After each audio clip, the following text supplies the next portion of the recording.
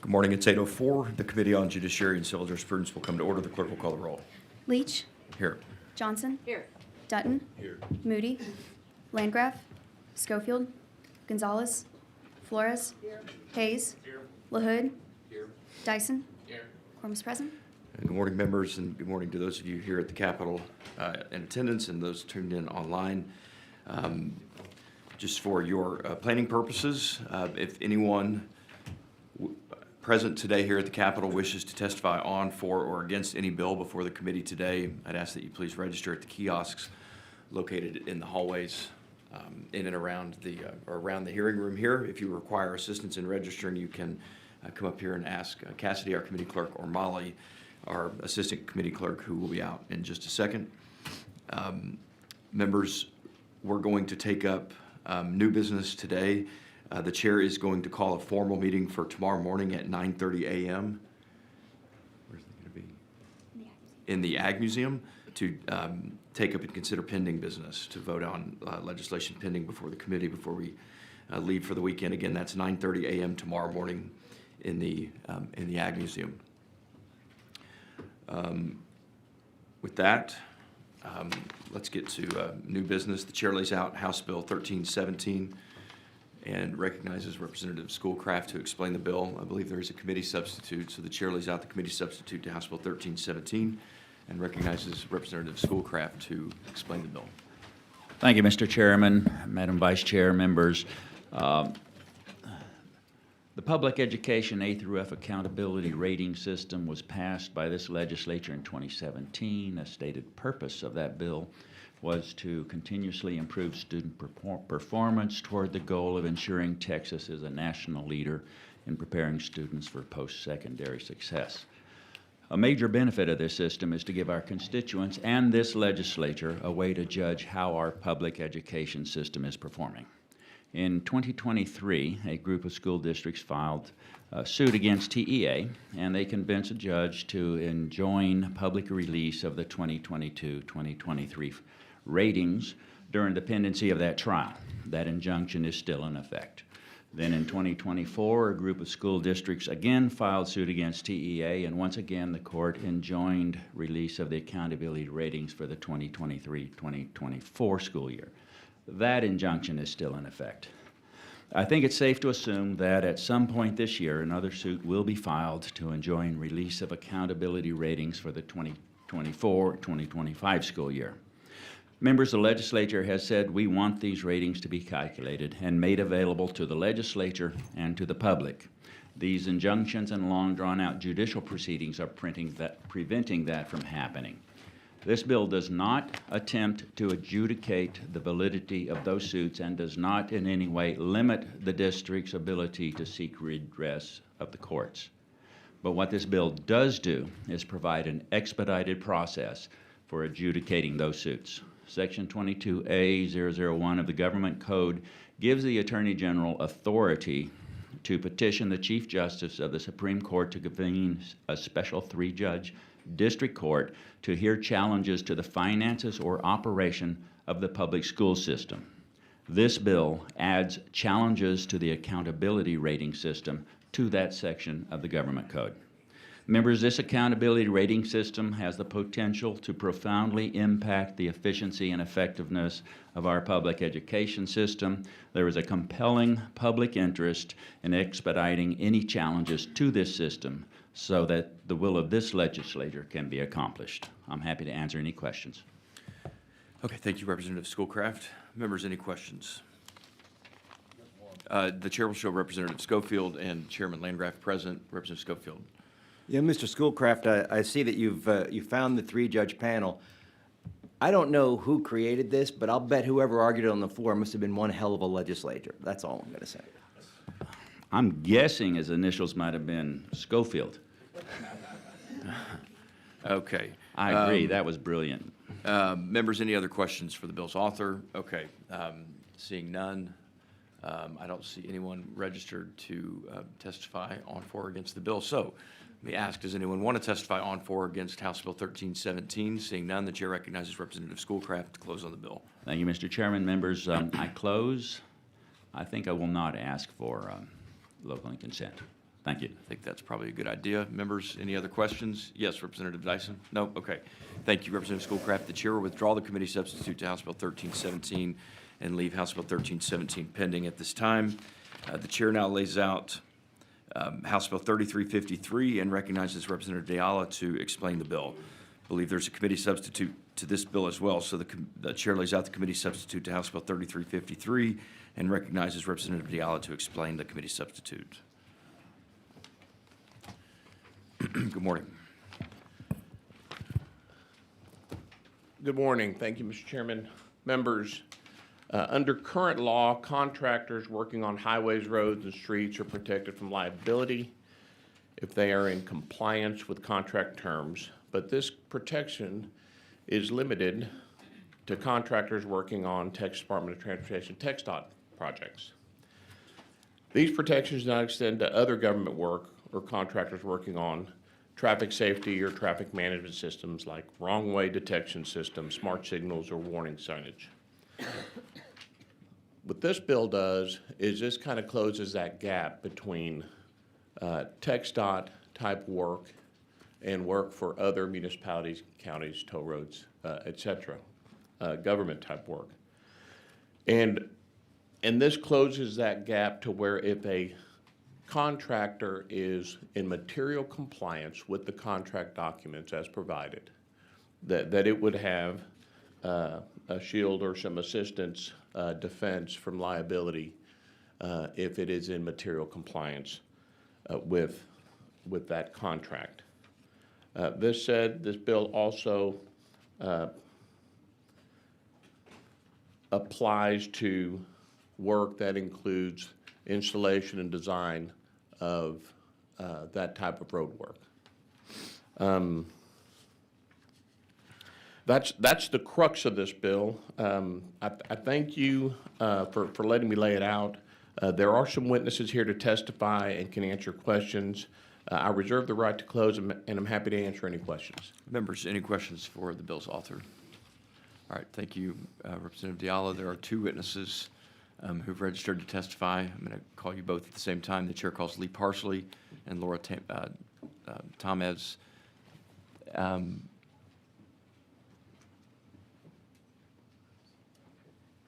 Laura, if I can ask you to go first. Laura, I've got you here. Laura Tamez registered on behalf of the Texas Trial Lawyers Association against House Bill 3353. Is that correct? Correct. All right.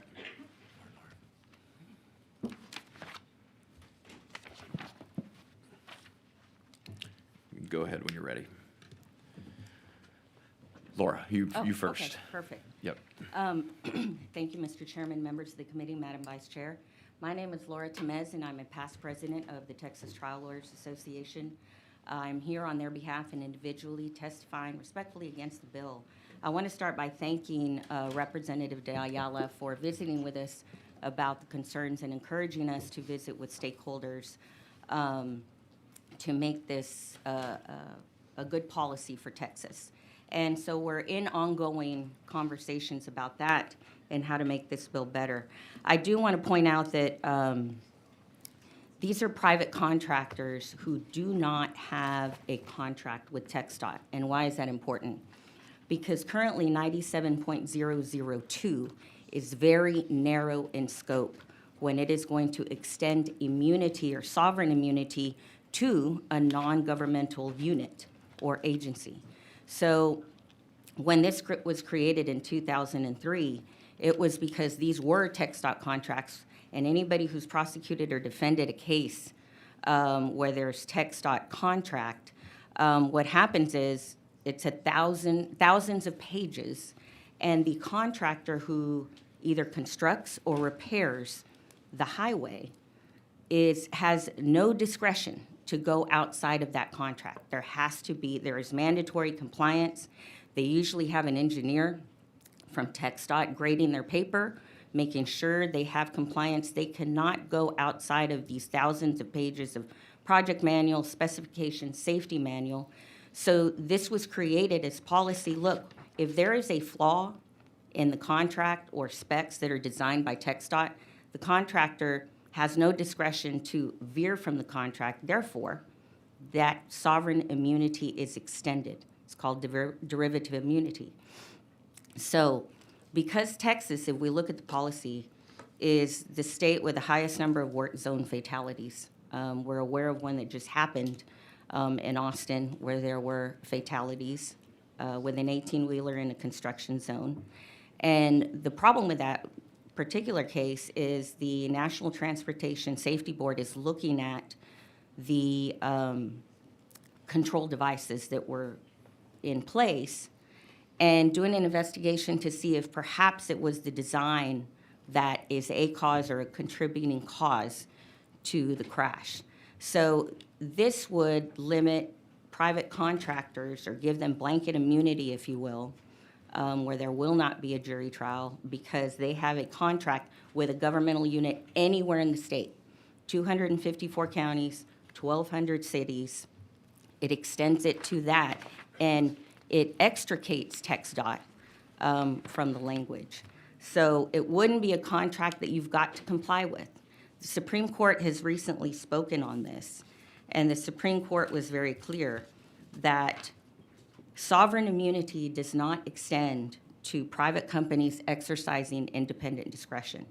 There's a recent case on the books about that. So if the government is not telling you what to do, it's just a contract to put up devices, maybe it's warning devices, and the contractor ends up selecting the design, the components, selecting or having discretion in how to perform the work, having complete control of that work as an independent contractor, then sovereign immunity would not be extended. So in the end, I want to say that I look very much forward to TTLA working with the stakeholders and with Representative Ayala in pursuing good policy to make sure that what the Supreme Court has said, when there is immunity, then whatever has happened to that injured individual is the burden of just that individual because there is no right to sue in a civil court. I'm happy to answer any questions. Okay, members, any questions?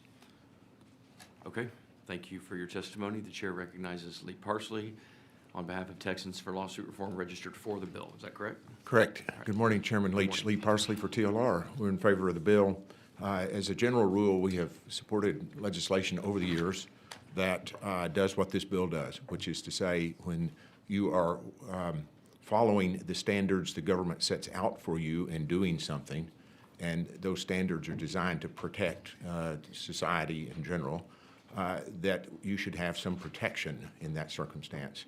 And in particular, in the concept of wrong-way detection systems, that would apply in this circumstance. These detection systems are, like many things in technology right now, are really fairly inexpensive. They are fairly inexpensive to deploy. They're fairly inexpensive to maintain, to monitor. There's just not a lot of money in this system, but yet they're highly protective of the public in general because they can detect people going wrong ways on highways.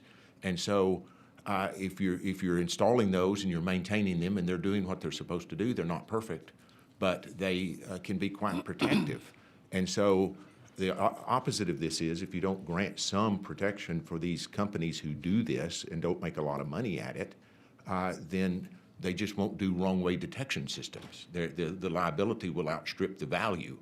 And at that point, then the society doesn't get the protection that these systems can provide for a relatively inexpensive amount of money. So that's why we're in favor of the bill, and in that specific context is that, you know, it just makes sense to give the entities that do this under contract with our highway entities some protection so that they will continue to deploy, maintain, and watch the wrong-way detection systems. Okay. Okay, members, questions? Yeah, Vice Chair Johnson. I like that. Representative LaHood just said, I'm still thinking. Me too. My question is, between the two of you, Ms. Tamez, you said this runs obligations to TxDOT, which we have created protections to have immunity, and Lee, you said the opposite. I just want to make that mesh, and maybe that's what you guys are working with the bill author on to make sure that we're in the safe spot, because just like you said, all of us that saw that horrific crash in Austin a couple weeks ago, it's horrific. and there are so many questions that get raised on social media. But if you can't get those questions raised in a court of law where you can hold people accountable, it doesn't help make us safe. And so I agree, we want safe systems. We want construction companies to use things that help alleviate the risk of danger to people, but that's my specific question. You said, I'm trying to, and I don't know if that's where you got off track too, but I'm trying to mesh the two of you on that one issue about TxDOT. Certainly. Well, I'm in the bill 3353. It deletes the Texas Department of Transportation and expands the immunity when there's a contract with any state, regional, county, or local government entity So or can I department ask thereof. right there, if we're moving from TxDOT to those local counties and Right. entities, does that mean that they don't have the same standards as TxDOT? They typically, those contracts do not have the same strict, narrow standards, cannot deviate from that. If you're putting in a warning system, that contract gives independent authority between whomever the county is to that private contractor to select components, be in control of it, maintain the system. So that is different from TxDOT, which is construct and repair the highway. And with, in 26,000 traffic crashes in Texas alone with 803 serious injuries and about 190 deaths, then we've got to look at this carefully to make sure that we're not stepping outside of what this protection was originally created for. Out of TxDOT. Right. Well, I don't claim to have expertise in TxDOT contracts, so that's not my area of expertise. Thank you. Members, any other questions for this panel? Chairman? Thank you, Madam Chair.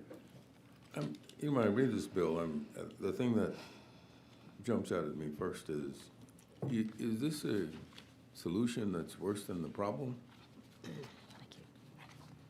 Well, I don't know how to answer that, but I don't think so. I think that, again, if what the contract is trying to do is implement, at least from our point of view, a process that's designed to protect the public, and the litigation system can ultimately make it where it's not, you can't afford to do that, that the liability outstrips what you can make from the product, then we lose the valuable product that protects the public at large. So at least in that concept, I don't believe it's as you I guess described.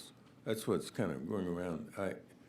In terms of protecting the public, is the public better protected with leaving the law as it is? Or is it better protected doing what this bill suggests?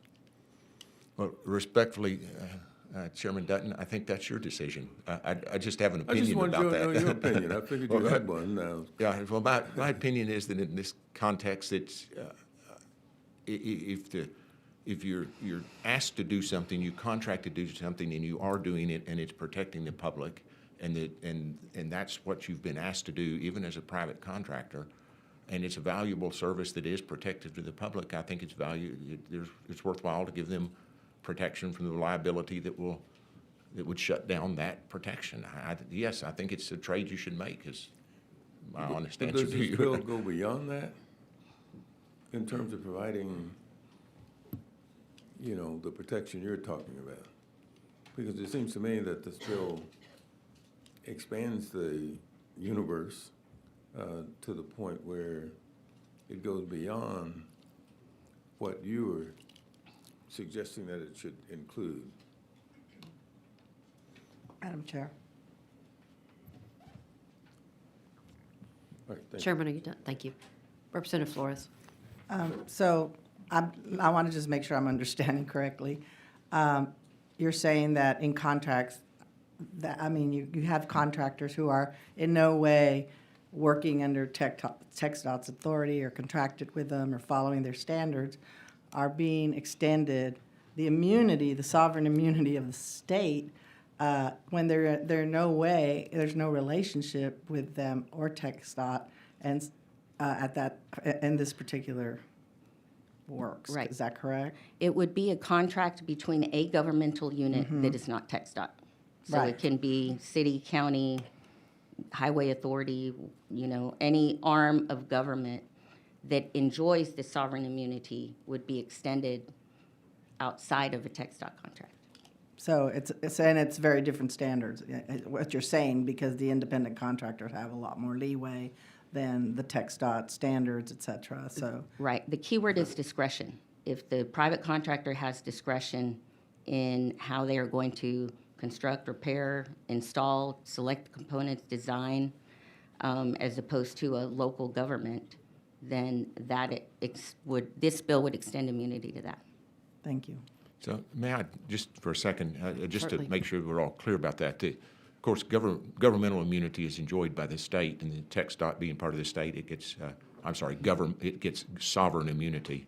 But the political subdivisions do have immunity. We just call it governmental immunity instead of sovereign immunity, but they enjoy the same immunity. So these entities we're talking about are entities that enjoy immunity called governmental immunity. And so the concept is not different, that you're extending to some private contractors the state's immunity if they're TxDOT. And what this bill would be saying is you're extending to some private contractors the other governmental entities' immunity when they're contracting. So it's certainly a very parallel idea, and that they do have immunity. It's just, we denominate it as governmental immunity instead of sovereign immunity. But the standards that TxDOT uses are not necessarily those that the governmental units utilize, and so therefore, the immunity that is granted to those types of contracts being extended to those to those independent contractors. I mean, I think there's a difference in terms of if they're using their own standards other than the TxDOT. Well, that's the area where I said I don't actually know. I'm not an expert on the standards in these contracts, but I think that the committee ought to explore that, because if these other governmental entities are in fact imposing standards that are equivalent to what TxDOT would be imposing, then that supposition that they're not, it would be incorrect. So I think you at least need to explore for sure that the standards are lesser for these other governmental entities. If the standards are equally high, then that argument fails. And I don't distrust Ms. Tama, as she knows more about it than I do, obviously, but it's a question that has to be answered. Thank you. Representative LaHood. Thank you, ma'am. And Mr. Parsley, I was literally just asking Vice Chair Johnson this question, and you answered it, but I want to get clarification. So all of the state of Texas in some shape or form already has immunity of some shape or form, right? Whether we call it sovereign immunity or government immunity, right? Right, governmental entities, correct. That's correct. Okay. And so I think, and y'all, and this is for whoever wants to correct me, but the way I read this is we already have immunity. We have two options. The state of Texas can do it internally, maybe at a higher cost, and have complete immunity, and then no one can complain about it. Or they can contract, and the person they're contracting with would have that same immunity. Right, can be given that immunity, yes, and so that's exactly correct. So if a local government agency has a lower standard, that's an issue that has to be handled with the standard, not with giving someone the same protections that you would already have. Right, so that's the exact concept, is that when you're doing something under contract for the government, because you can do it cheaper than the government and equally well, if the government chooses to do that, maybe they should also give you their immunity that they would have. Otherwise, taxpayers pay the cost of the government doing it all itself at a higher price. Okay. Thank you so much. Thank you. Members, any other questions for this panel? Thank you both. Thank you. Is there anybody else that wishes to testify on, for, or against House Bill 3353? If not, the chair recognizes Vice Chair De Ayala to close.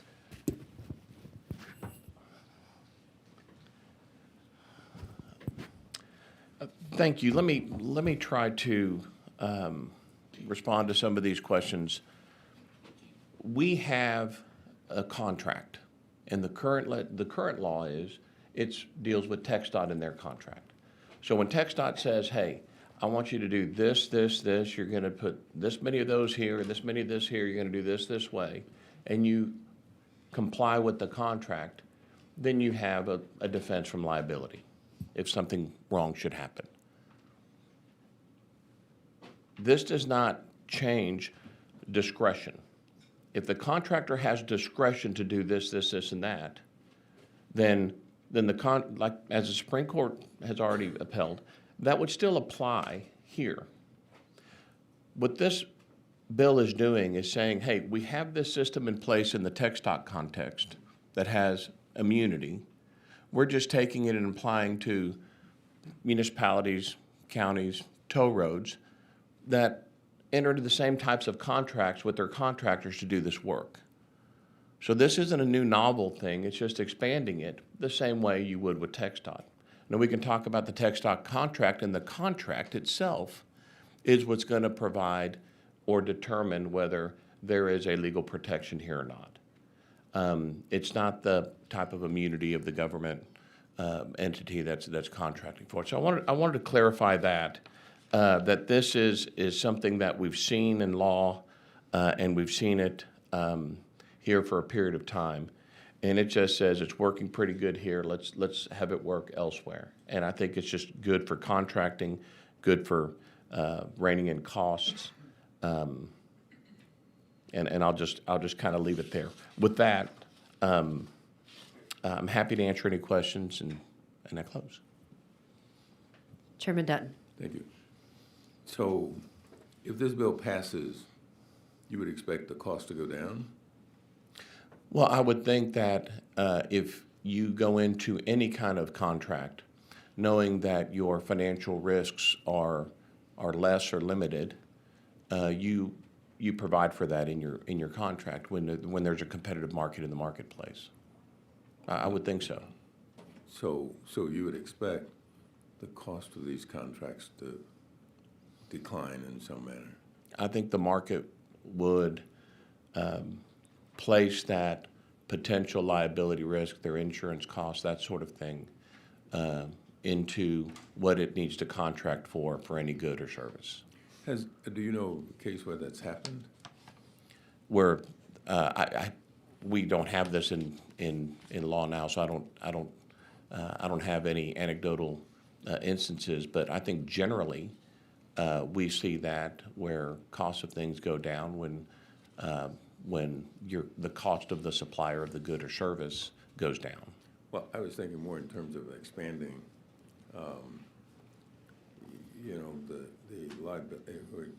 we're limiting the liability in a situation where that's caused the cost to go down. I mean, we saw that in the 90s when there was liability reductions in the medical field, and we saw the cost of medical insurance go down. So that was a reduction in cost. Liability insurance, malpractice insurance. Well, that sort of flies in the face that it's increased, so I'm not sure whether or not it can be attributed totally to limiting the liability. I just wonder whether or not in protecting the public, which is, I think, what I think the witness testified to that we're trying to do with this bill. I'm not sure whether that's the flag we're flying, but I'm not sure the public's better protected when you limit liability in terms of its application. And I'm not sure that the costs go down either. So there's two problems for me, and I guess I could be persuaded otherwise if there's some evidence to the contrary that says costs go down and the public's better protected because we do that. And I appreciate that. Again, focusing what this is trying to do, and that is city, county contracts with a contractor and says you need to do this, this, this, and they do this, this, this, and then they're subject to liability or litigation because of it. I just did what my contract said I was supposed to do, and whether there's liability or not, there's, in this country, anybody can sue anybody for anything. Being successful or not are two different things. So I think this would deter litigation that otherwise, in the context of this type of a project, the contractor would be saying, this governmental entity's contract said I was supposed to do it this way, and that's why I did it this way. Of course, in the private industry, if you, for example, if you said they told me what to do, I did this, this, and this, would that offer any shield from liability in the private entity? You're suggesting in just a commercial contract outside of government. Yes. I do think that provides a defense. It's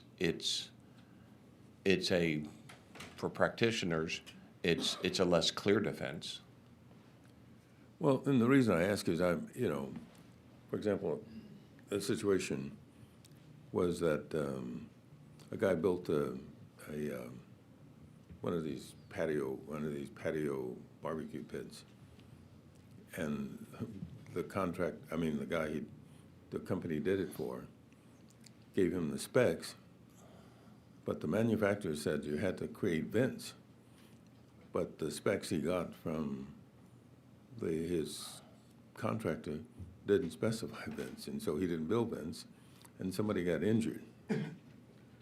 And that was a problem that was where the liability was still with him because of that. And I just, for some reason, I'm not sure that limiting the liability, like I said, protects the public better than it just shields bad design or work. I understand what you're saying. I understand the example. That's why I want to focus on that word discretion. If the contractor has discretion, then this would not apply. All right. Okay, thank you, Chairman. Representative Flores and then Representative Schofield. Representative Schofield. Morning, Mr. Diala. I'm always reminded whenever we talk about, will this bill lower costs of our numerous efforts to lower property taxes over the years. And we might do something that might cause your property tax bill to be less, but then your valuation goes way up and it consumes it and we don't notice it. So, and I know the inflation in construction costs always outstrips inflation and all the rest of it. So I'm not suggesting that you should be held to a standard of, all of our contracts are going to be lower. But when you're bidding on a contract, and I don't know what kind of clients you have, but when you're bidding on a contract, is it your understanding that a lot of the bidders have to bid in the potential costs of litigation into all of their bids throughout their practice to cover themselves for the areas where they may end up in litigation? I don't know that that is expressly in the bid, but is it something you're calculating when you're deciding how much I can do this contract for? Yes. And so the idea is if we were to take that aspect out of the process, you don't have to factor that into every bid you make, knowing that if I follow the contract, I'm not going to be liable, therefore I don't have to go through all of this litigation. And that would save the taxpayers money on the front end of every contract they bid for these services. At some level, I would think so. Okay, thank you. I just thought so you're basically. Rep. Flores. Thank you. You're basically saying that you're cutting out their insurance, liability insurance costs. So that's what, by shielding them from being held responsible if something were to go wrong and they didn't follow the specs, that you're just basically saying that they can lower their bid because they're no longer going to have to worry about carrying liability insurance, and I don't necessarily think that's good public policy. And I don't think it does that. This doesn't do that. This wouldn't. And again, companies, some are self-insured, some are, there are different kinds of insurance and risk management ways that people protect themselves and companies protect themselves. And this is not going to do away with that. Again, there's nothing absolute about this. If if a contractor does something that is wrong against the contract, in violation of the specs, or has a discretionary piece in the work that they're doing, and they made a poor decision under the law, and they did something, there's still plenty of liability for contractors here. It's just, this is kind of this narrow exception that says, you know what, if I follow these specs and you give them to me, city, county, toll road, TxDOT, and I do them as you tell me I'm supposed to do it under the contract, I shouldn't be held liable for it. That's all this is trying to do. Now, I've had conversations with Ms. Temez, and she's brought up some interesting points. I look forward to working with her, continue to work with her on it. Okay. Representative LaHood. And just to kind of follow up on what Representative Schofield asked, in a perfect world, capitalist environment, people are bidding for jobs. And one of the potential benefits of this, aside from just the justice factor, which is, you know, if we're giving the government the exemption, they can either do it themselves and keep the exemption, or contract with somebody and extend that extension to them, assuming that they follow the same contract, right? Correct. And if, in a perfect world, people are bidding, you know, some people are going to say, oh, well, you know, this is government, I'm still going to bid high, and I got relationships, but at least this enables those people to more competitively bid, which in theory would lower the bid to be more efficient to get the contract, right? You would think at some level, yes. Thank you, ma'am. Thank you, sir. Members, any other questions? I have one, Madam Chair. Chairman Dutton. Thank you. I'm curious, you said that, and I think in response to Representative Schofield, that companies typically put in their contracts or their, this whole notion of being caught up in a lawsuit. I may have phrased that differently, but I think that's what you said. So what I typically see is contractors, when they place their bids, they look at what's my labor cost, what's my material cost, what's my admin cost, G&A cost, what is all of that? And historically, your litigation costs, your risk costs, those costs that are part of your overall costs are something that are baked into any bids for this type of work. If that is expected to be a lower cost, you should see it competitively in the marketplace in the bids for projects.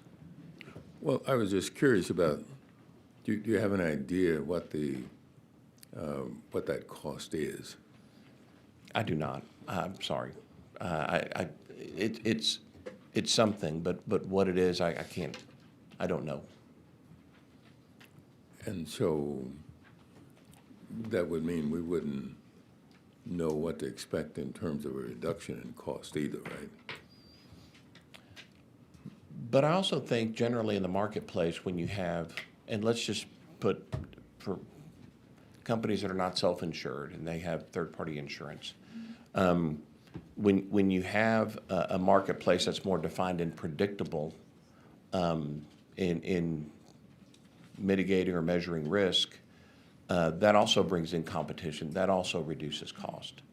So it's kind of two factors there. One is a direct cost, and one is you get more of a cost savings in competition. All right, thank you, ma'am. Thank you. Any other questions? Thank you. Thank you. I close. Thank you. At this time, the chair withdraws to substitute. If there is no objection, House Bill 3353 will be left pending. Is there any objection?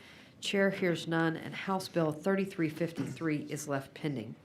Chair lays out House Bill 1363 and recognizes Vice Chair Hernandez to explain her bill.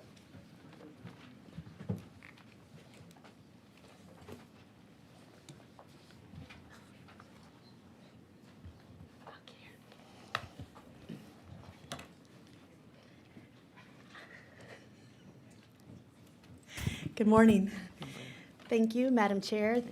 committee members. House Bill 1363 would require justices and judges of state courts, judicial officers, certain court personnel, and attorneys licensed to practice law in the state to participate in implicit bias training. Implicit bias, also known as unconscious bias, is the unconscious attitudes and stereotypes that can manifest in the justice system, workplace, school setting, and in the healthcare system. These attitudes and stereotypes can be based on numerous factors, such as this person's race, ethnicity, gender, religion, age, mental or physical ability. Implicit bias in the justice system can impact people's access and interaction with the legal system, diminishing their trust in our judicial system. A potential solution to counter implicit bias in our judicial system is implicit bias training, which focuses on increasing awareness of unconscious biases and reducing implicit preferences. The American Bar Association recommends that all states require implicit bias training for all judges and attorneys. In Texas, implicit bias training is required for new police officers. However, implicit bias training is only offered on a voluntary basis for attorneys and judges. This bill seeks to improve fairness in our justice system by adopting the American Bar Association and the Texas Judicial Council recommendation to require implicit bias training for justices, judges, licensed attorneys, and certain court personnel. This bill would authorize the Court of Criminal Appeals to approve a 2-hour implicit bias course that judges and all court personnel must take every 2 years, and the State Bar of Texas would approve a 1-hour implicit bias training to be completed by licensed attorneys, each continuing education compliance period. Be happy to answer any questions and would like to reserve the right to close. Thank you, Vice Chair Hernandez. Members, any questions? Rep. Flores? Hi, thank you. I was just, did you just say that the Texas Judicial Council recommends the implicit bias training Yes, for ma'am. judges and attorneys? Yes. Okay, thank you. Thank you. Chairman Dutton. Just one question. What should we expect the benefit, the outcome of this training to be? Well, one, we want our judicial system to be fair and impartial.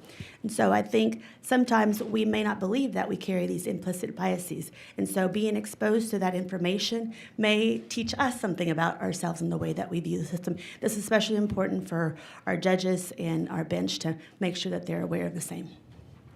And so you would expect that we would have when you said a fair justice system, I assume you mean one that's absent implicit bias. Yes. Because implicit bias would suggest an unfairness in the system. Yes, and it's what you see, those beliefs, those stereotypes that you bring that you may not even be aware. Where you say at first blink, what is your impression of the environment? And so, having this training where perhaps we talk about different topics when we talk about race, ethnicity, gender, religion, age, mental or physical ability, on how you view the courtroom, and most importantly, those parties that are before the court. All right, thank you. Thank you, Chairman. Any other questions? Thank you, Vice Chair Hernandez. We reserve your right to close. This time, we have 3 witnesses. Yes, if you'd scoot over. Thank you. We have 3 witnesses registered to testify. I'm going to call them up as a panel. Chaz Moore, registered for yourself and Austin Justice Coalition for the bill. Brandon Johnson, registered for yourself and on the bill. And Yasmin Smith, with the Urban Leagues of Texas and registered for the bill, please.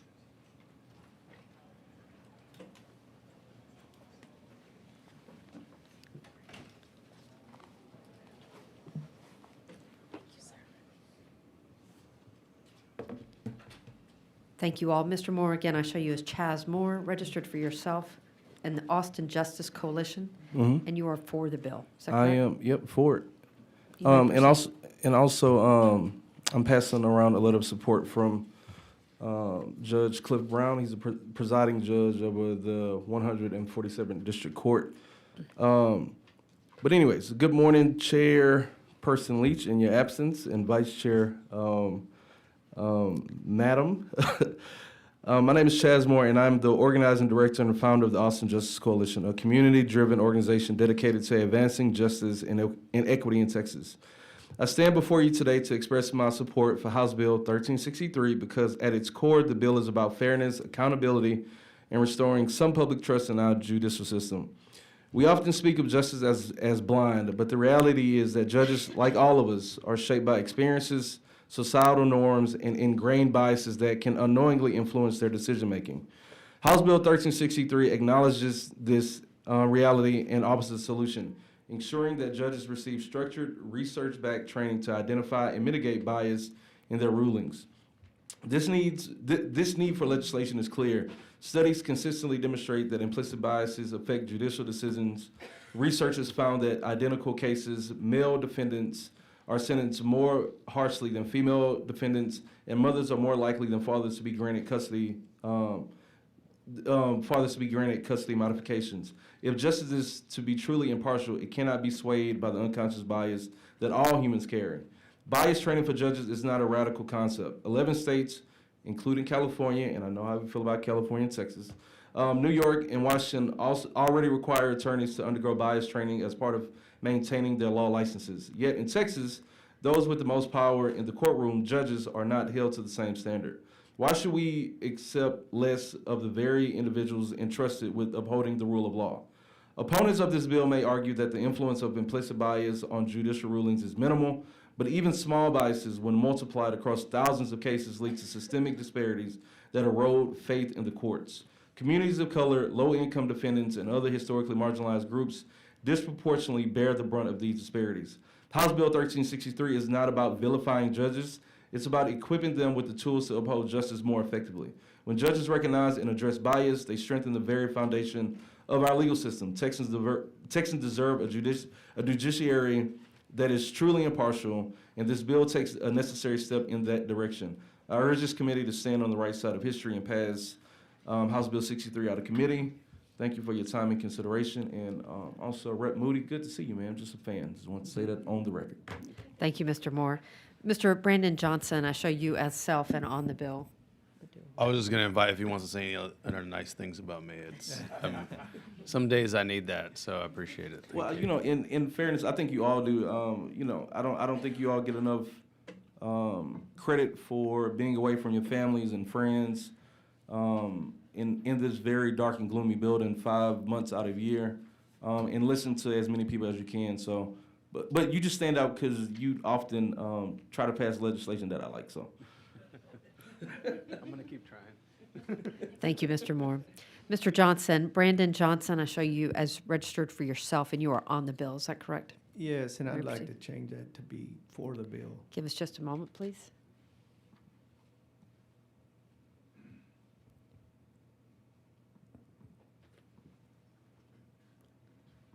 We have your permission to make that change. Mr. Brandon Johnson, show you as yourself, and you are for the bill, correct? Yes. Please proceed. All right, thank you. I've been involved in the family court reform since about 2017.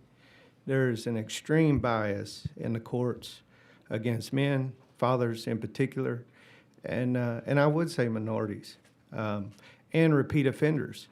Once someone is in the system, it is extremely hard to get out, and it becomes a perpetual cycle that the state is making money, the judges are perpetuating it, and what I have seen this session is there's basically a referendum on the judiciary with multiple bills being filed. So making these judges go to a 2-hour class is going to be a good thing. That's about all I have to say on it. I'm definitely for the bill. Thank you, Mr. Johnson. Yasmin Smith, is that right? Yasmin, just like Jasmine with a Y. I'm sorry. No worries at Yasmin, all. Happens all the time. With Urban Leagues of Texas, and you are for the bill, correct? Yes, ma'am. Please proceed. Thank you. Hi, y'all. My name is Yasmin Smith. I am the Vice President of Justice and Advocacy for the Austin Area Urban League, and I am a representative of the Urban Leagues of Texas, representing Austin, Dallas, and Houston. We are in support of 1363 because we believe implicit bias is real. This doesn't make you a bad person to have implicit bias. It makes you a human being. We all have things that we come to as universal truths, something that we hold as true no matter what anybody says because of literally how we were raised. what things we consumed as we grew up. Again, this doesn't make you a bad person, it just makes you a person. And as a person, and as an attorney, myself with a private practice, I have to continuously combat my own implicit bias. Just because I am from a certain demographic doesn't mean I don't wrestle with it as well. And if I'm wrestling with it, I know others are. And we know others are from the data. These small things can show up as thinking somebody needs to be spoken to a certain way, needs to be questioned a certain way, needs to be punished a certain way. And when we have this happening in our judiciary, it leads to outcomes that aren't reflective of our values, which are punishments, consequences, outcomes that are reflective of truth, are reflective of our law, are reflective of our societal norms. And so allowing our judiciary, our lawyers, our judges to have the tools that they need in order to make choices and decisions that you all would affirm and would believe in is important. Just because you may come from a certain demographic doesn't mean that you yourself are not also jeopardized by implicit bias. Depending on the judge or the attorney you have shouldn't decide what consequences you get based on their implicit bias. So more training, better training, training on implicit bias makes us all better, our judiciary and our society. Thank you. Thank you, Ms. Smith. Members, any questions for this panel? Thank you all for your I testimony. have a question. Chairman Dutton. And I fully agree with the testimony from the witnesses. And the thing that was rolling around in my head, though, was, is 2 hours enough? No. It's a good primer, though, right? First, in order to even begin combating your implicit bias, you have to know that it exists. So I think this is a great first step in ensuring that we have the base level of understanding. Because again, combating your implicit bias is a continuous daily effort. Yeah, and you know, I just think from my, you know, you've been in the legislature way longer than I have, and from a different perspective. But it's been my, I've just learned that when we take small steps at things, we're more able to get them done as opposed to swinging, you know, for the fences, right? So I think 2 hours would be, is a moderate first step to add to like the millions of hours of law stuff that these judges have already had to learn, right? So, I rather start small than aim big and get nothing. So you recognize that 2 hours may not be enough? True. Yes, but I mean, if we having a serious, deep conversation at 8:30 a.m., those 2 hours for some of these judges are going to be 2 hours that they never would have had otherwise, right? So 2 hours now at whatever age they are, sadly, is still more than what they may have had ever. And I just think it's the first good step. So. And Urban Leagues of Texas would support any extension thereof, as long as it doesn't negate the ability for us to get any hours whatsoever.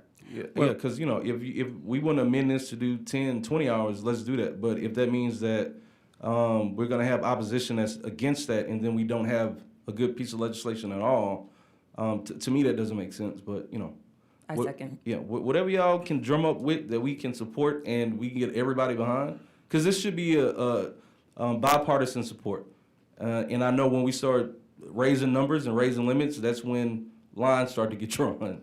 So, you know, I want to do something that we can, that both Yasmin and I, and, you know, we can take back to our communities and let everybody know that Republicans and Democrats in the Texas Capitol building passed a piece of legislation because they think it's the right thing to do. So. Well, I guess the reason I ask is because we have an outcome that we'd like to see because of this. And the question is whether or not the input that we're making gets us to the outcome that we want.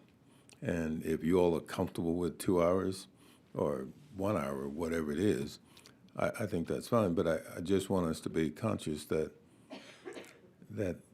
implicit bias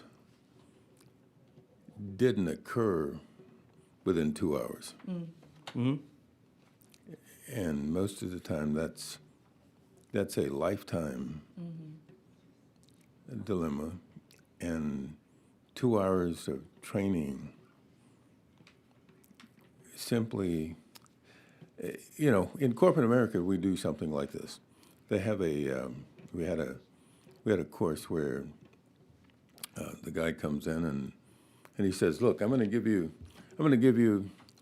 a family that I'd like for you to write down what you think about this family." And he starts by saying, the father makes $250,000 a year. The mother is a stay-at-home mother. They have 3 kids and a dog, and they live out in the suburb. Now, write down what you think this family does. And so everybody's looking at each other. We write it down. And he comes in, he says, "You got 10 minutes. And in 9 minutes, he comes back and he says, "Oh, I forgot to tell you, the family's black." And he says, "No erasing." And the point was that all of us have some sort of implicit bias.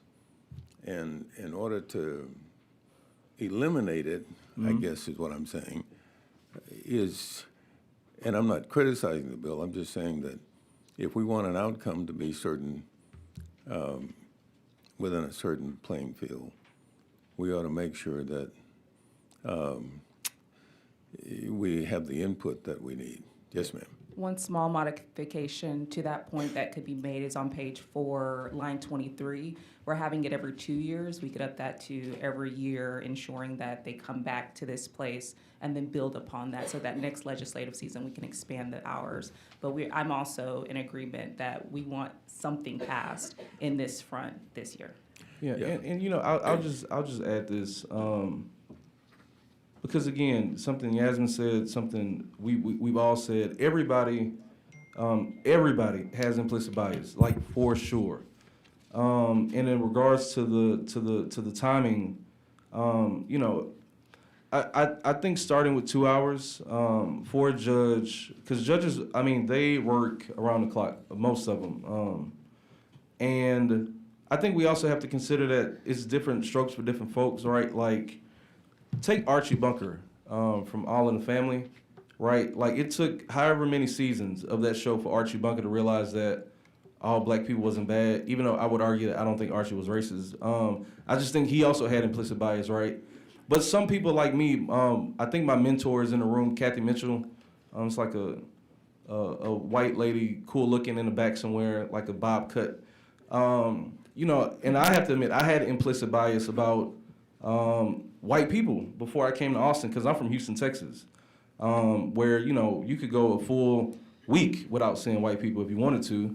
And I've heard stories about how white people have treated people that look like my grandma and my grandparents. So I've also had implicit bias before coming to the University of Texas. And my implicit bias was a little bit multiplied, because my first day on the campus at the University of Texas in 2006, I was called the N-word, right? But it's interactions like with Kathy that it didn't take me 18 years to learn that all white people are not bad. It just took a couple conversations. So for some people, it's going to take 2 hours. For some people, it's going to take more. But again, I don't want us to have analysis paralysis because we think something needs to be longer, and then we just wind up having nothing. And that's my one bone to pick, if I may, is that sometimes I think we have people that have all the right intentions and want to swing for the fences in this building. And then what happens is that we have a piece of good legislation that dies in committee, it dies in calendars because like we're not willing to just start. Sometimes, you just got to start. And again, I'm gonna stop talking because I don't want to jeopardize what's going on with Representative Hernandez's bill, because I do think it's good, but I do think it's a good start. And I think, even like Yasmin said, maybe we can do it every year, then we can come back and panel the judges to see how they felt about it, to see if it needs an extension. But I think 2 hours for judges, because we had judges that wanted to be here today, but they can't because they're judging. Or I don't know if that's the right term for that, but adjudicating. So 2 hours for judges that already have a heavy load, I think is fair, because we also don't want to overextend them, because if you force people to do something 6 hours, 8 hours, then it may not be effective because they're just doing it because they have to do it now. So Respectfully, I guess I'd say that. Well, that can be said for 2 hours also. Well, from Yes, a sir. practical standpoint, I have seen these judges, they leave, some days their docket's cleared out by noon, especially on Fridays. And so that's, from a practical standpoint, an argument I see these judges bringing up is they don't have time.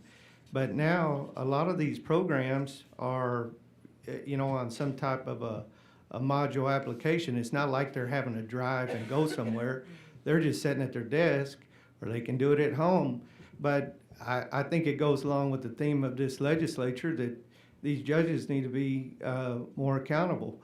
And so I fully support any amendment you'd like to make. Well, thank you. Thank you, Madam Chair. Thank you. Any other questions for this panel? We appreciate your testimony and your wisdom. We have 3 more people who have signed up for this bill. Call them up as a panel as well. Mary Elizabeth, have you registered for yourself and Austin Justice Coalition for the bill? Cody Taylor, have you registered for yourself and for the bill? And Judge Denise Hernandez, registered for yourself and for the bill. If you'll please come up.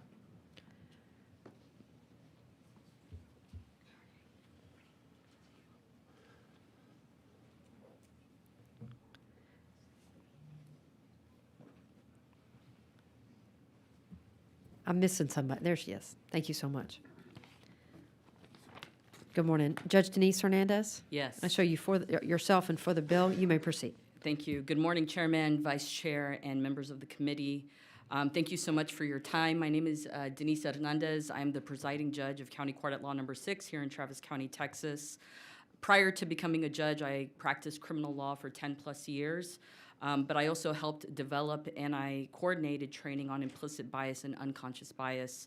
I also presented at a local and state level conferences on addressing implicit bias in the courtroom. As a judge, the judicial canons allow me to speak on legislative matters that promote and improve the administration of justice. And I truly believe training that helps the court address implicit bias increases fair access and increases justice in the courtroom. Neuroscience on brain development shows that the brain relies on shortcuts. We all know this. We all have this experience.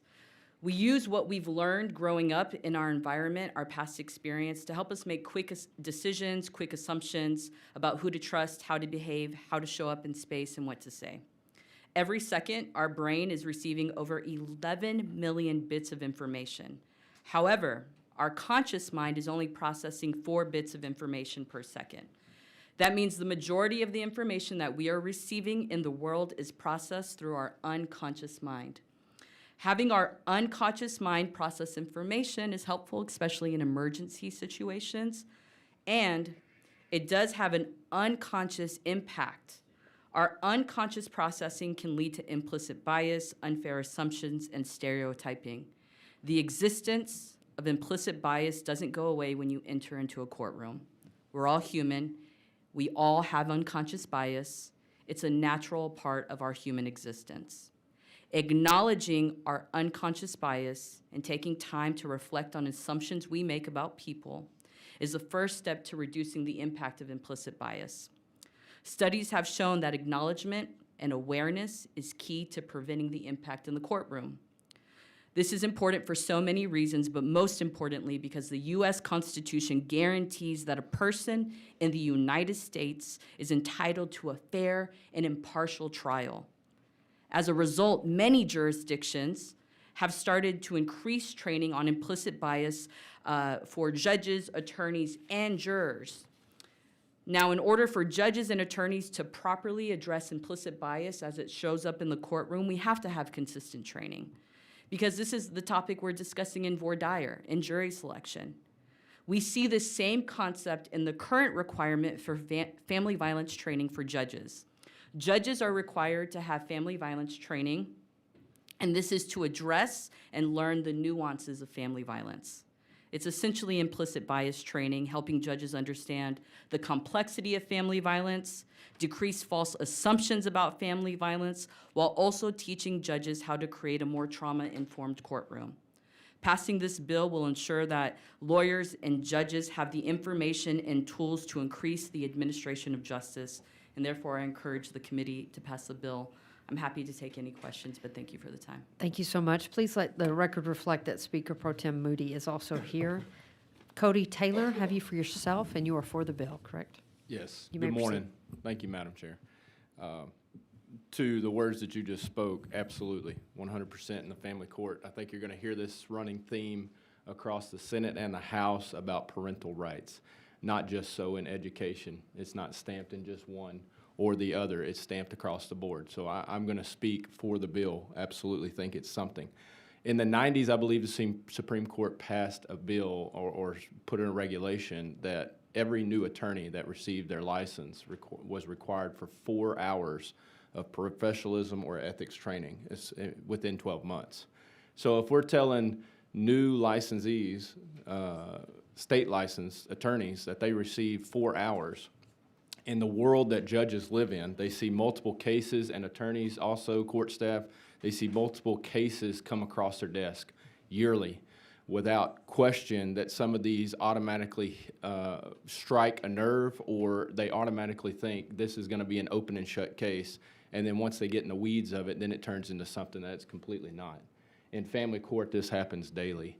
I can tell you right now, 10 years into family court, I walk into court now and it's no longer, Mr. Taylor, we're trying to hear this. It's, they already know the case inside and out, trying to make a decision before they ever hear evidence.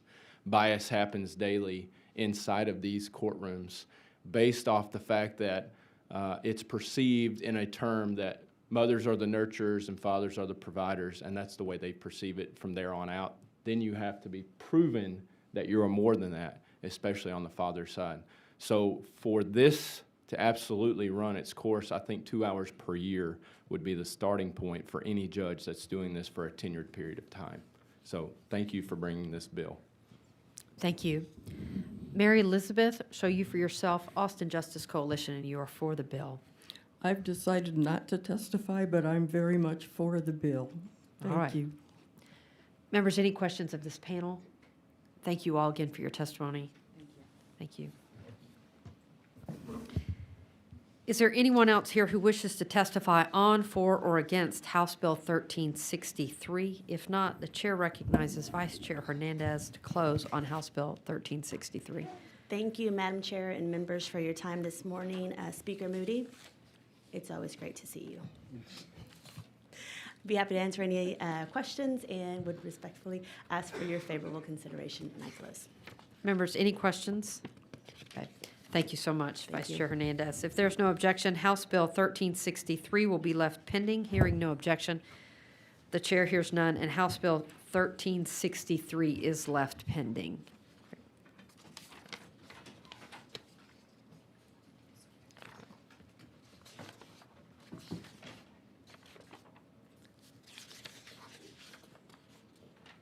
The chair lays out House Bill 4027 and recognizes Vice Chair Sweener to explain her bill.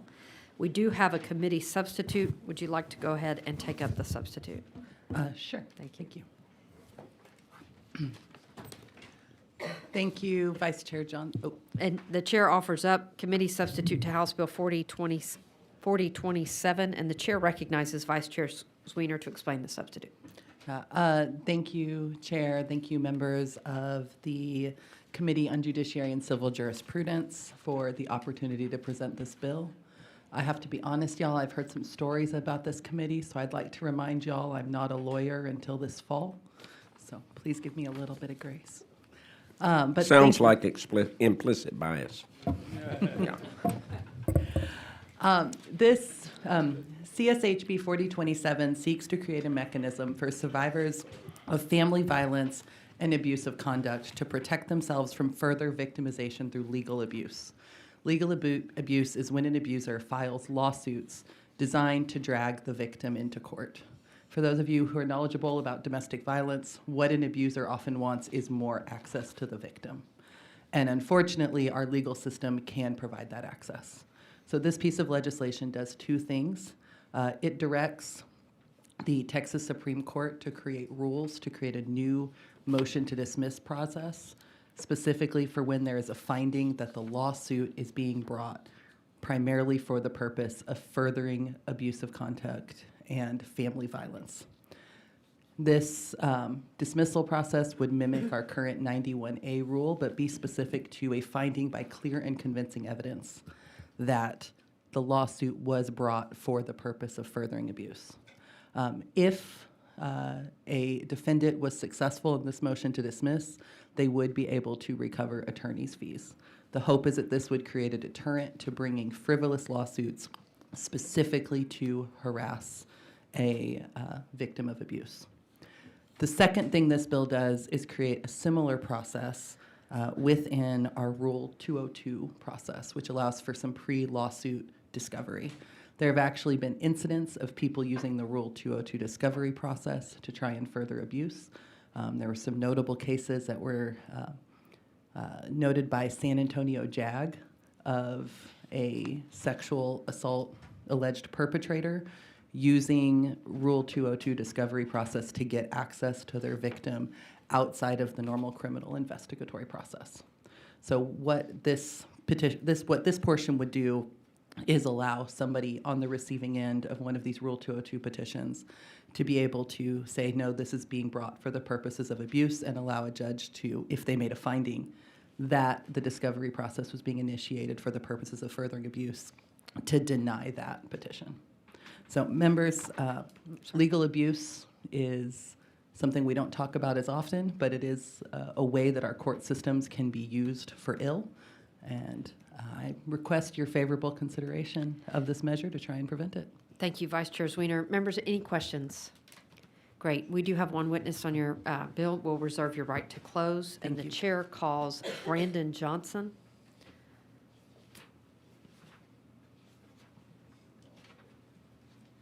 Chair calls Brandon Johnson, registered for himself and against the bill.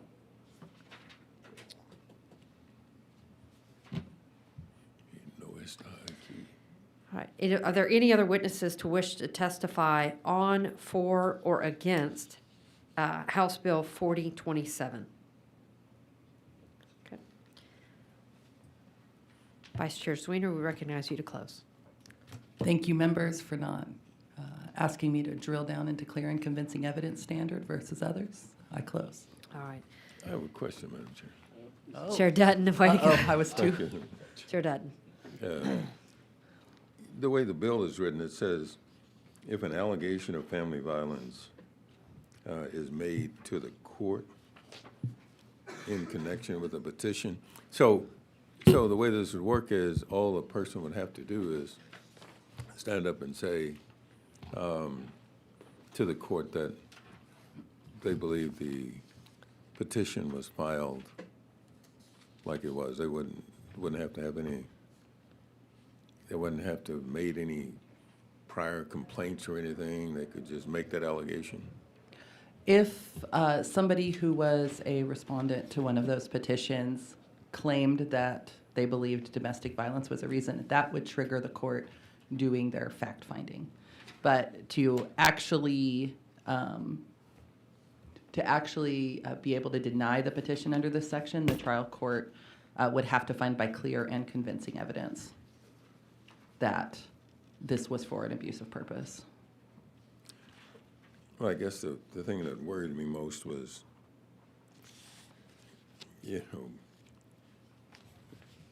I'll work with you on it. Okay. No, I'm very open to your feedback. Obviously, any type of motion we have, somebody could file a version that is not based in facts, but I think we all know judges don't look friendlily upon that. So I think folks would be dissuaded without anything to back up the allegation. Thank you. Any other questions for Vice Chair Zwiener? Okay, right. At this time, the chair withdraws to substitute. If there is no objection, House Bill 4027 will be left pending. Is there any objection? The chair hears none, and House Bill 4027 is left pending.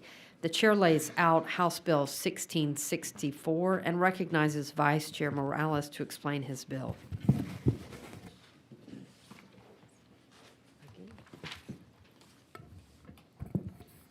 Thank you, Madam Chair Johnson and members of this committee. Good morning. Thank you for the opportunity to present HB 1664. This bill addresses a critical challenge facing our judicial system. The severe shortage of qualified visiting judges that is delaying justice for Texans across our state, and more specifically on the border with respect to what took place after the migrant surge and how our courts have been inundated with work. Right now, courts like Judge Amado Abascal's 365th District Court in Maverick County are drowning in backlogs. Current law permanently bars any retired judge who ever faced any sort of disciplinary action, no matter how minor or how long ago, from ever serving as a visiting judge, again, once they retire. This is an all-or-nothing approach that has left presiding judges with too few qualified jurists to call upon when the courts are overwhelmed or when conflicts arise. This bill introduces a reasonable 15-year look-back period. Let me say that again, 15 years that you're able to look back from when the judge retires. If a retired judge has maintained a clean record for 15 years after any past reprimand or investigation, they regain eligibility to serve as visiting judges. This isn't about lowering standards. It's about, one, recognizing that people can and do reform over time. And two, giving our courts access to experienced jurists who've demonstrated long-term rehabilitation. Number three, maintaining strict accountability through sworn certifications and this 15-year buffer look-back period. This bill requires retired judges to certify under oath that they meet all qualifications. The 15-year window provides a meaningful accountability while recognizing that people can reform. The Sunset Clause ensures we can reassess this policy in 2033. We included the Sunset Clause this legislative session because last legislative session, you all, as members of this legislative body, were able to help me, a very similar bill, have it passed through the House, but it died, it didn't get the right traction in the Senate at the right time, and it died before, by the time we were able to pass it through the Senate.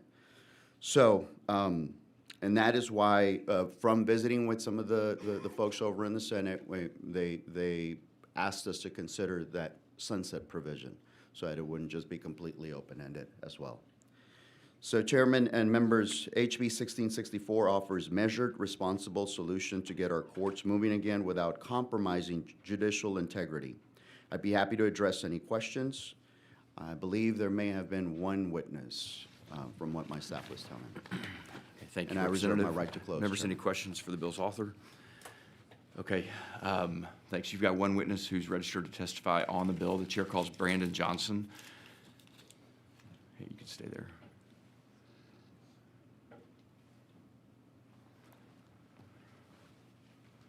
Chairman, would you like me to You stay can, here? you can stay there. Mr. Johnson, I've got you here registered on behalf of yourself, testifying on the bill. Is that correct? Yes, I'm Okay. testing on the bill. And I apologize, this is one I have not read, and I kind of walked in at the last of your speaking about it, but I'll just say, we have a lot of problems with retired judges coming in, and they do, and it was a former judge in my county that labeled it this, but it's called a rule and run, where these retired judges come in and they will rule on a case and then run out because they're not elected and they have zero accountability to the public, and they're usually ruling on a controversial case or something that the judge and he wants to keep his hands clean. So he will just step out, he'll be on vacation, he'll do whatever. They bring in these rule and run judges, and it's a very bad problem. It's a systemic problem statewide. And that is why I don't know exactly how it ties into this bill, other than this bill has to do with retired judges sitting on the bench. Okay, thank you. Members, questions for the witness? All right, thank you for your testimony. Does anyone else wish to testify on, for, or against House Bill 1664? Seeing none, the chair recognizes Representative Morales to close. Yes, thank you, Mr. Chairman. To address the previous witness's testimony, obviously this bill will do nothing with respect to doing away with the retired judges' procedural system that we have in place. Specifically, again, I'd ask for you all to address the issue that we are facing, especially along the border with respect to the need for more judges to address the heavy backlog that we are facing. And for that, I'd ask for your careful consideration of this bill and for your support of this bill in favor of it. And with that, I close. Okay, thank you, Representative. Members, any questions for the bill's author? All right, thank you. With that, the chair will leave House Bill 1664 pending at this time. The chair now lays out. Yes, you're good. Yes, sir. Thank you. Appreciate you being here. The chair lays out House Bill 2613 and recognizes Representative Harris-Davila to explain the bill. I think you've got a committee substitute. Yes, sir. So the chair lays out the committee substitute to House Bill 2613 and recognizes Representative Harris-Davila to explain the bill. Thank you, Chairman Leach and members, for the opportunity to present House Bill 2613 before you today. I do have a committee substitute and just want to present what this bill does. This bill says that as long as water parks post signs which clearly outline the risks of participating in regular water park activities, running on a slippery surface, you'll get hurt, things like that, they won't be held liable for suits involving those kinds of accidents. So if your kiddo slips and falls because the surface is wet, not due to any negligence on behalf of the water park itself, then they won't be able to sue. And we're seeing some of these frivolous lawsuits in the state. I have Kalahari water parks in my district. And so we just want to make sure that we're protecting them as a business. And the committee substitute just had one change. It establishes that a limitation on liability provided by the bill's provisions to a water park entity is in addition to other limitations of liability. This was just inadvertently left out of the original bill language, and so we put it back in. Overall, this bill takes great steps towards protecting water parks, again, from frivolous and expensive lawsuits, and will help inform customers of risks. And I know we have some testimony today that will help answer any questions, but I'm happy to answer any, if any members have questions, and I respectfully reserve my right to close. Okay, thank you, Representative. Members, any questions? Okay, thanks. You have reserved your right to close. You've got two witnesses who've registered for the bill. I'm going to call them both up at the same time. The chair calls Ron McKenzie and Evan Barnett.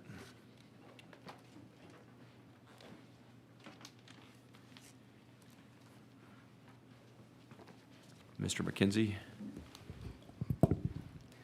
Well, y'all just pointed at each other. Yeah, That's why it's Mr. Evan McKenzie. Barnett, yeah. Okay. Yeah. Evan Barnett and Ron McKenzie. Okay. Let's start with you, Mr. McKenzie. I've got you registered here on behalf of Pro Parks Attractions Group, registered for House Bill 2613. Is that correct? Yes, sir. Okay, go ahead. Good morning, Mr. Chairman and distinguished members of the committee. My name is Ron McKenzie. I do know it. I'm the Chief Marketing Officer for Pro Parks Attractions Group. We manage 3 Hawaiian Falls water parks here in the great state of Texas, 2 in the Dallas-Fort Worth area, and 1 in Waco. This past month, I celebrated my 31st year in the theme park and water park industry. And throughout my career, I've been an avid supporter, promoter, and cheerleader for tourism in Texas, which as a native Texan makes me extremely proud. I'm here this morning speaking in favor of HB 2613. This important bill provides much needed protection from frivolous lawsuits targeted at water parks. These lawsuits are an emerging threat to our industry and intended to be a distraction from the real work of making sure that we keep each and every guest and each and every team member safe each and every day. One of the first things I learned in our industry is that the job of building fun rides and attractions is not our most important job. Our most important job is that we manage our parks as if we're a safety business that also happens to operate fun rides and attractions. For generations, water parks have provided a place for families to cool off from those hot Texas summers, make lifelong memories, and share time with each other as an escape from everyday life. Our parks also provide meaningful career opportunities for young people in the most important part of their evolution into adults. There are myriad examples, just gentlemen to my right, of industry professionals who began working at water parks as teens and turned it into meaningful lifelong careers. My own children began working at parks when they turned 15, and still today as adults, they speak often of the lifelong lessons learned during that time.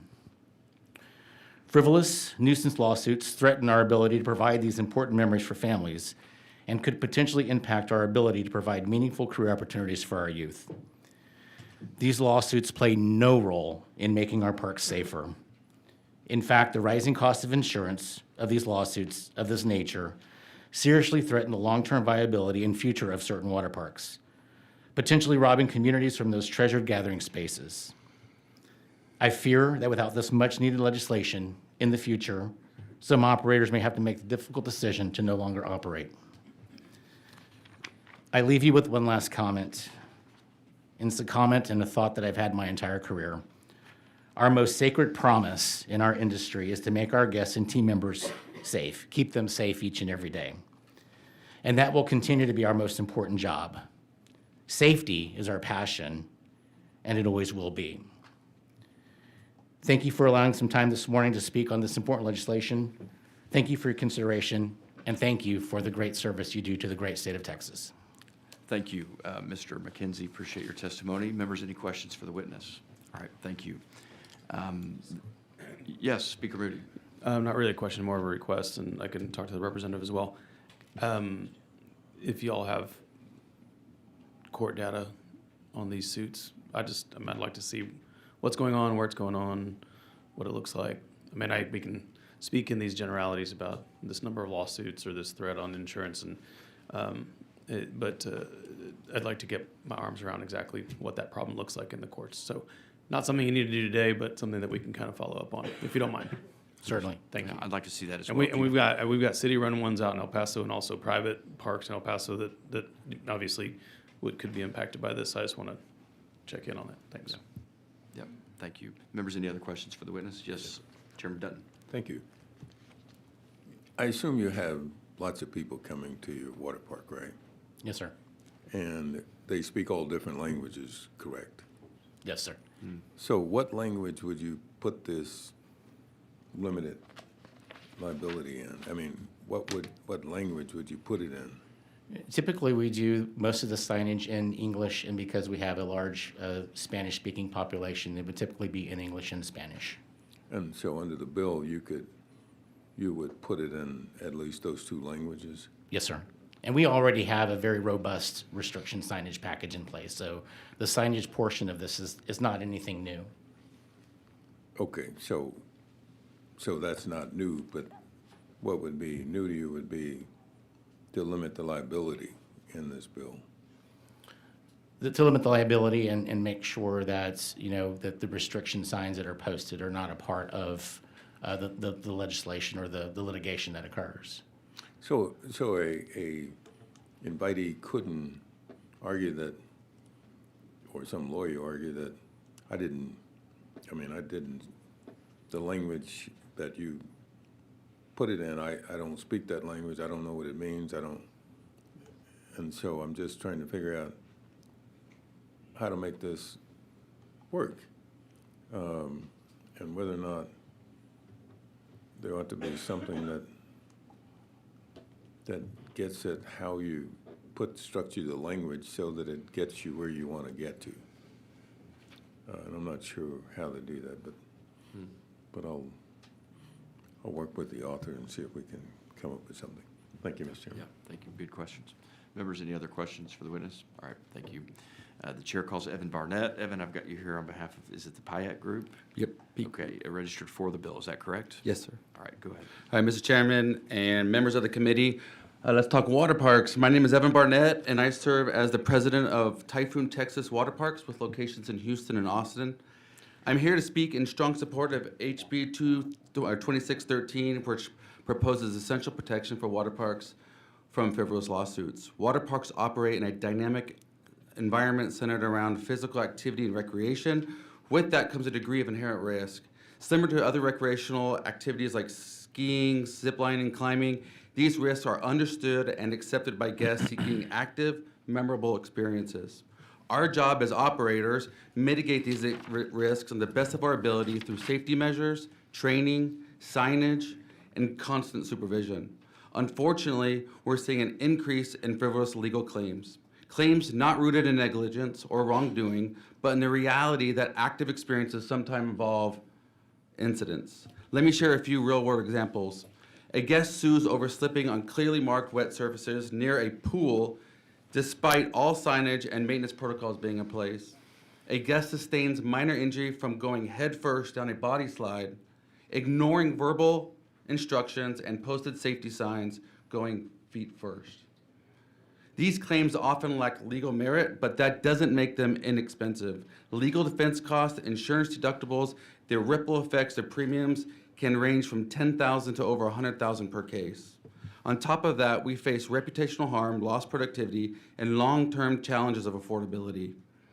This is the frivolous lawsuit cost cycle. For seasonal business like us, the cycle is really not sustainable. But the issue is not just the issue is about more than just numbers, it's about impact. Water parks are places to cool off. They're where families reconnect, where kids find courage, and where memories are made. I've seen firsthand how water parks become part of a family's rhythm and often a third living room during the summer. And yet, as insurance costs increase, it leads to fewer thrills, fewer smiles, fewer returning guests, and it chips away from the very thing that makes water parks special. On behalf of families we serve, the thousands of summer jobs we create, and the vibrant water park experiences we protect, I respectfully ask for your support in HB 2613. Happy to take any questions, and thank you for your consideration. Thank you, Mr. Barnett. Questions? Yes, Chairman Dutton. Thank you. Everybody that comes to your water park the status is a invitee, right? Generally, yes. There are people who pay for a ticket, and some do get on tickets, for example, that are given to the community as a comp ticket, just for community outreach. But the law would recognize them as an invitee also, right? Yes. And so you have a duty to warn of known hazards. And you're saying when you do that, you still get sued? We do, yeah. We have a lot of lawsuits that come to our table that sometimes are on behalf of maybe even they don't even come into the park, but they give a lawsuit. And the crux of it really is that the insurance companies, when these lawsuits come, they generally it's easier to settle than it is to take that lawsuit all the way to litigation. And so what the customers have been doing is, because we're an easy target, is come to our facilities and bring out these frivolous lawsuits pretty consistently. And over the years, those insurance claims increase, which makes our insurance premiums increase pretty significantly. And then I assume you raise the price of entry. We do. We have over the years. There is a limit to that. To some point in time, the insurance cost is not matching the cost of the ticket to get in, and a lot of our industry is seeing that, not just at water parks, but pretty much across the entertainment industry. Suppose you could recover your litigation costs from a plaintiff who the court determined had filed a frivolous lawsuit. Would that help in any way?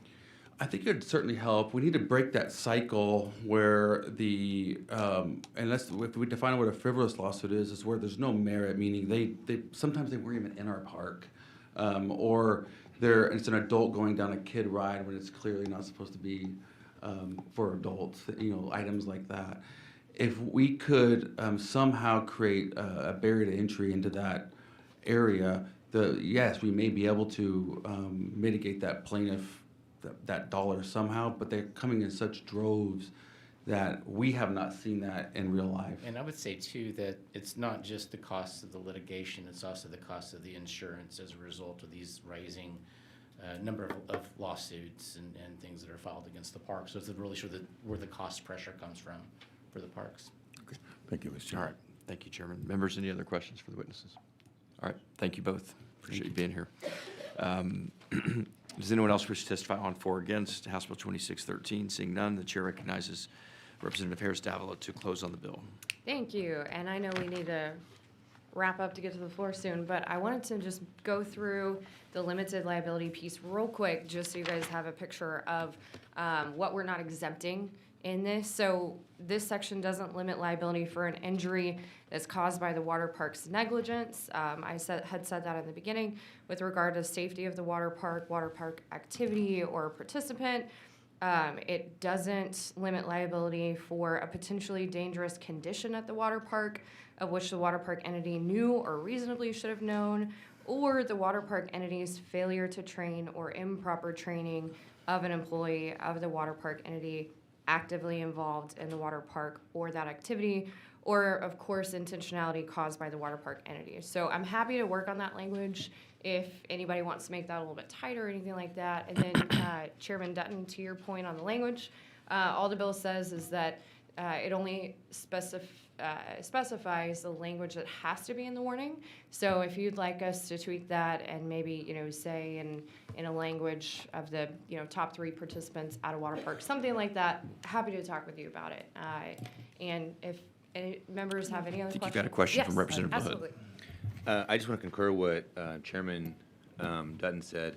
I think it's well-intentioned, but I don't think, as is, it's going to prevent frivolous lawsuits. The only way to prevent it is to have teeth, which is some sort of standard that a court finds, and if that standard is met, then those costs of litigation is going to be or shall be held against the moving party, because this bill or not, you can still file a frivolous lawsuit. You still have to have your hearing. You still got to do discovery. You're still spending costs. And so the only way to prevent that, I think, and I'm no expert, but is to let the lawyers out. I mean, you're never going to stop the pro ses because they may not know about it. But the lawyers, with their malpractice insurance and everything else, are going to be analyzing their cases more to make sure there is a better case before just filing it and trying to get a nuisance settlement. Right. But I think it's a good bill. I think it needs teeth. Yeah, absolutely. And I'm happy to add more to it. The goal is to prevent those lawsuits. So whatever we need to put in here to make sure that happens, I would love to hear your feedback so we can do that. Okay. Members, any other questions? Yes, Representative Flores. Yeah, the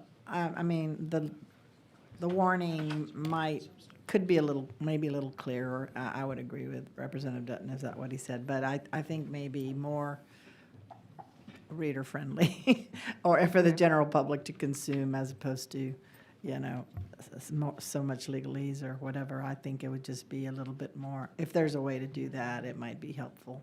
Okay, yeah, to and so to you're the talking about consumers and participants. The Okay. actual warning that's the in the actual bill. language, not Yeah. not Yeah. whether it's in English or another language.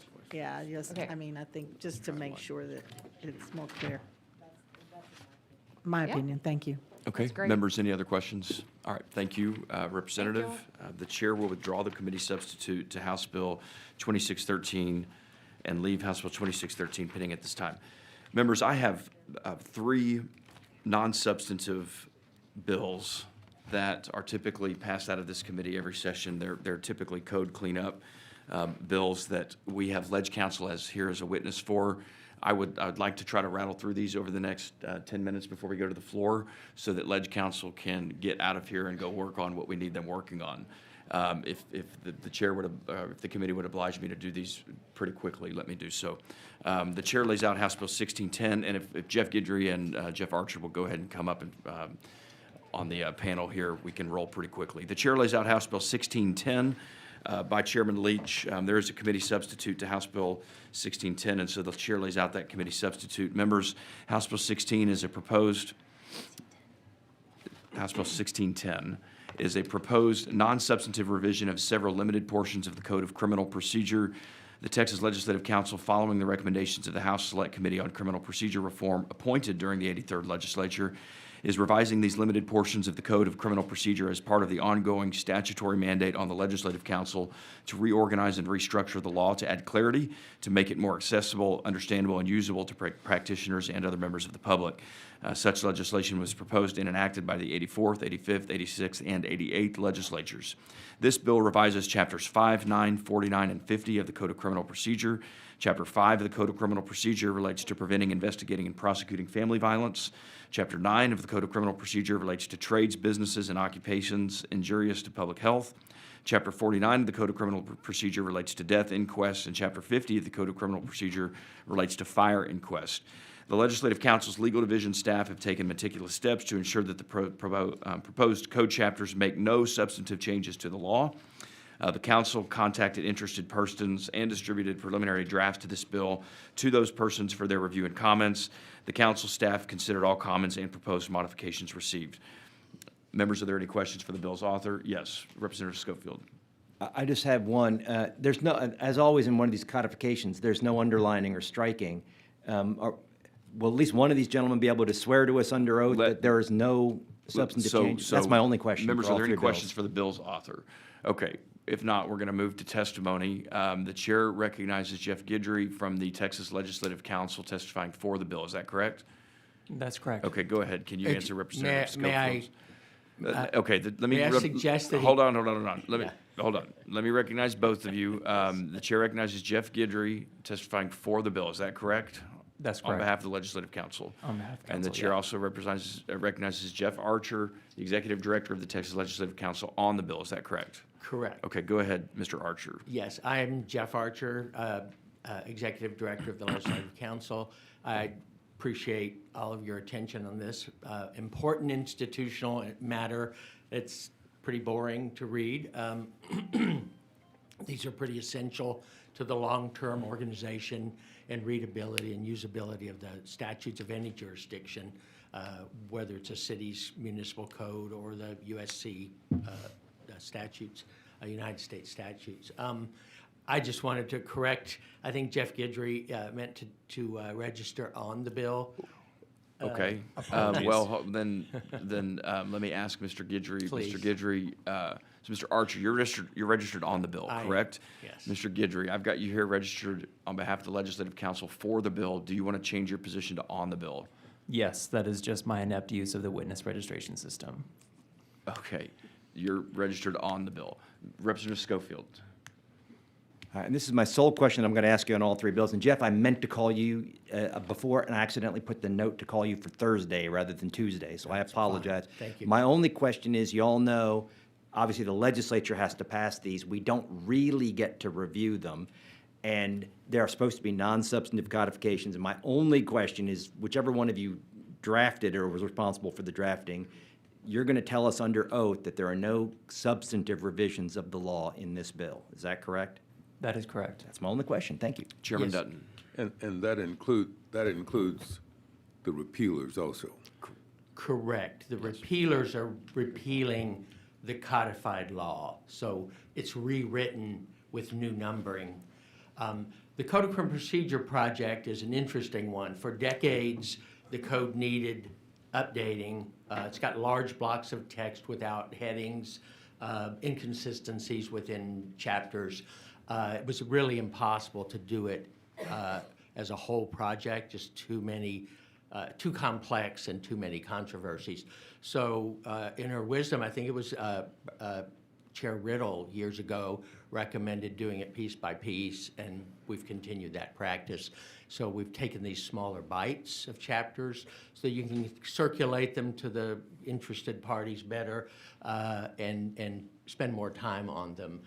Mr. Guidry is the chief reviser and overseer of that this portion of the project. Okay, Chairman Dutton. Yeah, there's been some, I'm aware that there's been some consideration of using AI to do this.